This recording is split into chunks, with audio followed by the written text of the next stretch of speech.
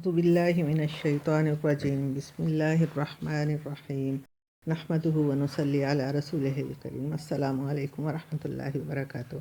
ہمارا سلسلہ تجدید ایمان کے حوالے سے چل رہا ہے، تو کلمہ طیبہ کے بارے میں ہم نے بات کی تھی کہ وہ اسلام اور کفر کے درمیان فرق کرنے والا ایک کلمہ ہے۔ اس کلمے کی اہمیت کیا ہے؟ اس میں دو لفظ جو تھے وہ زیادہ اہم تھے، الہ اور اللہ، یعنی لا الہ، کوئی معبود نہیں، کوئی محبوب نہیں، کوئی کسی کی بات نہیں سننی، کوئی لیڈر نہیں، کوئی رہنما نہیں، ساری چیزیں جو بھی کسی سے تعلق کا ہوتی ہیں وہ کوئی نہیں ہے الا اللہ، مگر اللہ۔ اب اللہ تعالیٰ نے بندوں کو ہدایت کے لیے جو طریقے اختیار کیے ہیں اس میں یہ ہے کہ ایک فطری طریقہ ہے۔ فطری طریقہ یہ ہے کہ جو سلیم الفطرت انسان ہوتا ہے وہ اپنے ارد گرد سورج، چاند، ستارے، درخت، نباتات، پھل، سبزیاں، زندگی، موت، ان سب کو دیکھ کے خود بخود ایک چاہتا ہے کہ کوئی الہ ہو، اور وہ الہ جب اللہ تعالیٰ خود کہتا ہے کہ میں ہوں، اب یہاں یہ سوال پیدا ہوتا ہے کہ انسان اس تک پہنچے کیسے؟ اس کے اندر سے آواز تو اٹھتی ہے کہ کوئی ایسی ہستی ہونی چاہیے جو سب سے اونچی ہو، سب سے بلند ہو، سب پہ حاوی ہو، سب کے کام کرنے والی ہو، وہ خود نہ کھاتی ہو دوسروں کو کھلاتی ہو، وہ خود نہ سوتی ہو دوسروں کی حفاظت کرتی ہو، یہ ساری چیزیں۔ تو اس میں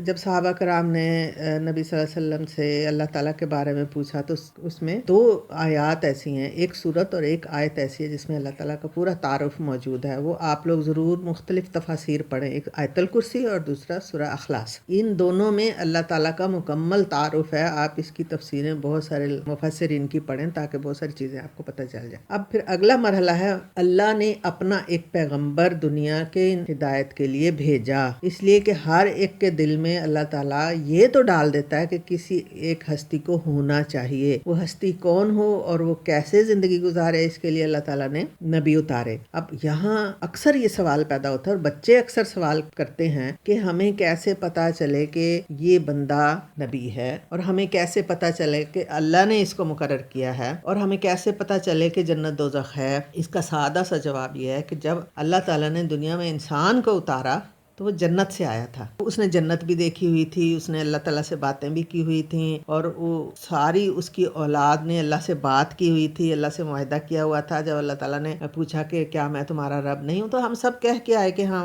آپ ہی ہمارے رب ہیں۔ اب وہ نبی پہلا آیا، اس نبی کے بعد مختلف نبی آتے رہے، تو ایسے ہی ہے نا، جیسے ایک کوئی ادارہ ہو، اس میں مختلف ٹیچر آتے رہیں لیکن ان کو نصاب پہلے سے پتا ہے کہ یہی پڑھانا ہے، جو ادارے کے منتظم نے مقرر کیا ہے وہی پڑھائے گا۔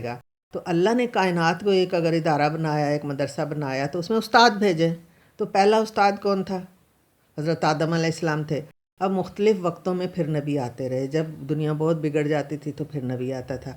حضرت آدم کے بعد جو پہلے رسول آئے، جو شریعت لے کے آئے، حضرت نوح علیہ السلام تھے۔ اس وقت پوری دنیا میں شرک پھیل گیا تھا۔ اس کے بعد مختلف نبی آتے رہے، پھر حضرت ابراہیم علیہ السلام آئے۔ حضرت ابراہیم علیہ السلام نے جب مکہ مکرمہ میں مقام ابراہیم پہ کھڑے ہو کے یہ دعا مانگی کہ اے اللہ میری اولاد میں سے ایک نبی اٹھائی ہو جو لوگوں کو دین کی تعلیم دے، کتاب کی تعلیم دے، حکمت سکھائے، تزکیہ نفس کرے۔ اب آپ دیکھیں کہ وہ دعا ہزاروں سال بعد قبول ہوئی۔ اس وقت میں اس دعا کرنے کے اور نبی صلی اللہ علیہ وسلم کے مبعوث کرنے کے بیچ میں جو ٹائم تھا، اس میں اللہ تعالیٰ نے حالات بنائے، لوگ تیار کیے، وہ جگہ مقرر کی جہاں نبی نے آنا تھا۔ وہ جگہ کیوں مقرر کی؟ کہ وہ سینٹر ہے پوری دنیا کا۔ پھر اس قوم کے لوگوں کو اتنی خوبیاں دیں کہ وہ نبی صلی اللہ علیہ وسلم کا ساتھ دیں۔ اب آپ دیکھیں کہ جس نے نہیں ساتھ دیا نہیں دیا، جس نے دیا پوری طرح دیا۔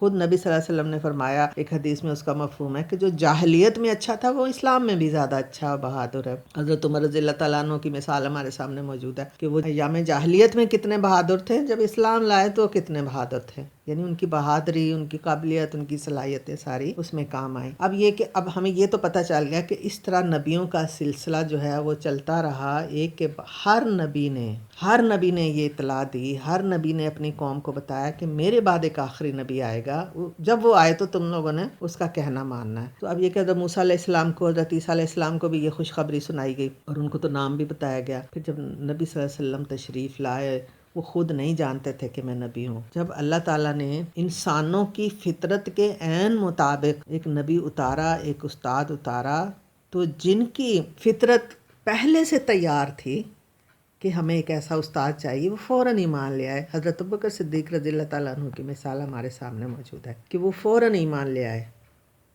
وہ جیسے انتظار میں تھے۔ پھر کچھ لوگوں نے ذرا سوچا، کچھ لوگوں نے کسی کے کہنے پہ ایمان لائے، کچھ لوگوں نے کہا ہم نے ایمان لانا ہی نہیں ہے، کچھ لوگ جھوٹ لائے پھر مکر گئے، ایسے بھی لوگ تھے، کچھ اندر سے لائے، باہر سے ان کو کہنا پڑا مجبوراً لوگوں کی سختیوں کی وجہ سے کہ ہم ایمان نہیں لائے، اس طرح کے بھی لوگ ہیں۔ کچھ لوگ ایسے تھے جو اوپر سے کہتے تھے اندر سے ایمان نہیں لائے تھے، یعنی ہر طرح کے لوگ موجود تھے۔ ہم نے یہ دیکھنا ہے کہ اس وقت نبی صلی اللہ علیہ وسلم کی تعلیمات کو مانتے ہوئے، یقین کرتے ہوئے، اللہ کو ایک مانتے ہوئے ہم ان سارے لوگوں میں سے کن لوگوں میں شامل ہیں۔ تو اب یہ کہ نبی صلی اللہ علیہ وسلم کے ساتھ ہمارا تعلق کیسا ہو، خود اللہ تعالیٰ نے فرما دیا کہ تم لوگ اگر مجھ سے محبت کا دعویٰ کرتے ہو تو میرے رسول کی پیروی کرو۔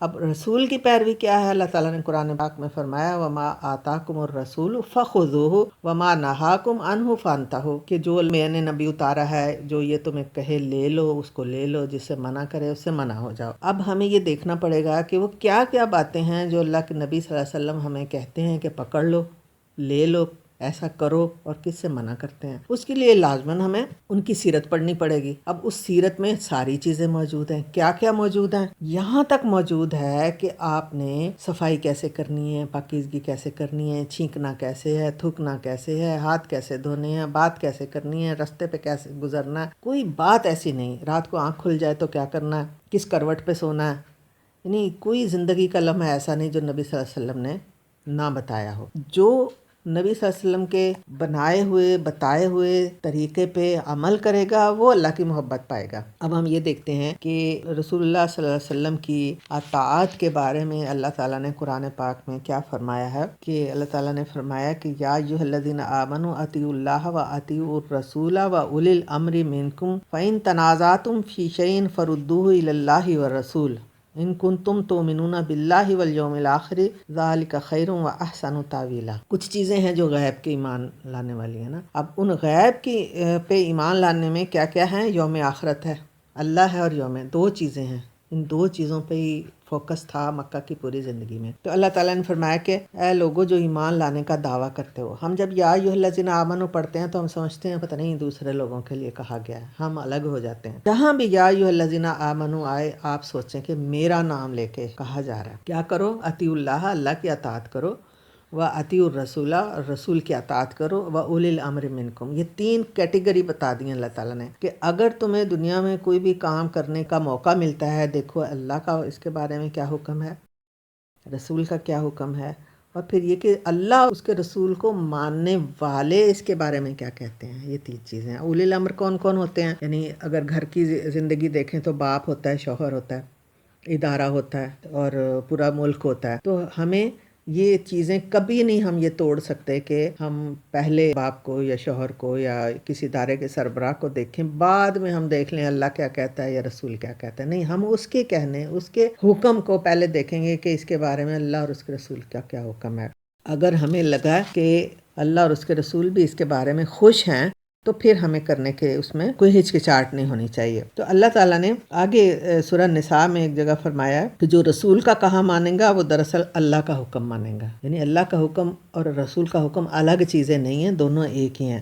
جو رخ پھیرے گا تو ہم نے آپ کو اس پہ پاسباں بنا کر نہیں بھیجا ہے۔ یہاں تبلیغ کی ایک حکمت آتی ہے کہ نبی صلی اللہ علیہ وسلم نے اسی کے مطابق لوگوں کو دی۔ یہ ایک الگ موضوع ہے، آج تو ہم نے صرف اللہ کے رسول صلی اللہ علیہ وسلم کی اطاعت کے بارے میں بات کرنی ہے۔ اب اس کے بعد سورہ نساء میں ایک اور آیت ہے کہ اللہ تعالیٰ فرماتے ہیں کہ جو ہدایت کو واضح پا لینے کے بعد بھی اللہ کے رسول کی مخالفت کرے گا اور مسلمانوں کے راستہ کو چھوڑ کر دوسری راہ پہ چلے گا، ہم اس کو اسی راہ پہ چلا دیں گے اور اس کو دوزخ میں داخل کر دیں گے۔ یہ بہت بری جگہ ہے۔ اب یہاں ایک اہم بات کیا ہے؟ وہ یہ ہے کہ جو مسلمانوں کے راستہ کو چھوڑ کر چلے گا، ہدایت کھل جانے کے بعد بھی وہ اللہ کے رسول کی اطاعت نہیں کرے گا، دوسرا راستہ اختیار کرے گا، تو اللہ اس کو اس راستے پہ جانے دے گا۔ اس کے اللہ تعالیٰ نے فرمایا کہ میں ہدایت اور گمراہی دونوں کو راستے کھول دیے ہیں، تو دونوں میں سے اختیار کرنا ہمارا کام ہے۔ اور اس کے بعد اللہ تعالیٰ نے یہ آیت اتاری تو یہ پوری چیز واضح کر دی، لَقَدْ كَانَ لَكُمْ فِي رَسُولِ اللَّهِ أُسْوَةٌ حَسَنَةٌ۔ اسوہ حسنہ کہ اسوہ کیا ہوتا ہے؟ کہ کوئی ایسا کام، ایسا کسی کا طریقہ کہ جس سے ہٹا نہ جا سکتا ہو۔ جیسے اللہ تعالیٰ نے قرآن پاک میں فرمایا کہ وَلَا تَتَّبِعُوا خُطُوَاتِ الشَّيْطَانِ، خطوات کہتے ہیں قدم کو، اور کسی آپ دیکھتے ہیں کہ برف کے علاقوں میں یا کیچڑ ریت میں یا کہیں بھی جب ایک بندہ جا رہا ہوتا ہے تو اس کے قدموں پہ قدم رکھ کے جانا آسان ہوتا ہے کہ بجائے اس کے کہ ہم ایک نیا قدم رکھیں. تو اس میں کیا ہوتا ہے کہ بندے کو ادھر ادھر توجہ ہٹائے بغیر قدم پہ قدم رکھنا ہوتا ہے تاکہ ہلے نہ، گر نہ جائے، لڑکھڑا نہ جائے. تو اسوہ بھی اس کے معنوں میں آتا ہے کہ اسوہ ایسی چیز ہے جس سے آپ ہٹ نہیں سکتے، جس کے پیچھے ہی چلنا آپ کی کامیابی ہے. تو اللہ تعالیٰ نے ہمارے لیے یہ سورہ احزاب میں پھر یہ واضح کیا ہے کہ لمن کان یرجو اللہ والیوم الآخر وذکر اللہ کثیرا، جو یہ دعویٰ کرتا ہے کہ اس نے اللہ سے ملاقات کرنی ہے، جس کو اللہ سے ملنے کی امید ہے اور آخرت پہ کا بھی دن کا اس کو یقین ہے، اور جو اللہ کا ذکر کثرت سے کرتا ہے، یعنی اللہ کی باتیں بہت کرتا ہے، اللہ سے تعلق کی باتیں بہت کرتا ہے، اللہ کی تسبیحات بہت کرتا ہے، تو اس کے لیے کیا حکم ہے؟ لقد کان لکم فی رسول اللہ اسوۃ حسنہ. یہ ساری چیزیں یوم آخرت پہ یقین، اللہ سے ملنے کی امید اور تسبیحات تب کام آئیں گی جب اسوہ حسنہ پہ عمل کریں گے.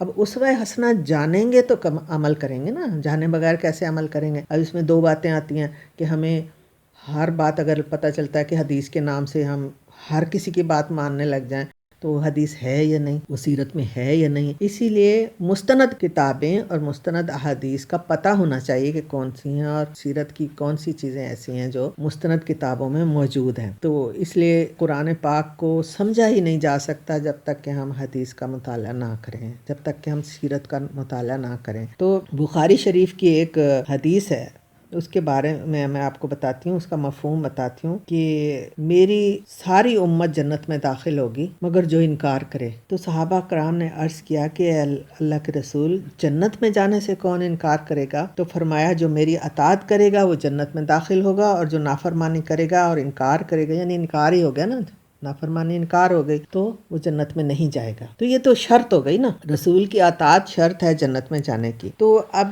رسول اللہ صلی اللہ علیہ وسلم پہ ایمان کیسے بہترین طریقے سے لایا جا سکتا ہے، اس کے بارے میں ہم بات کریں گے.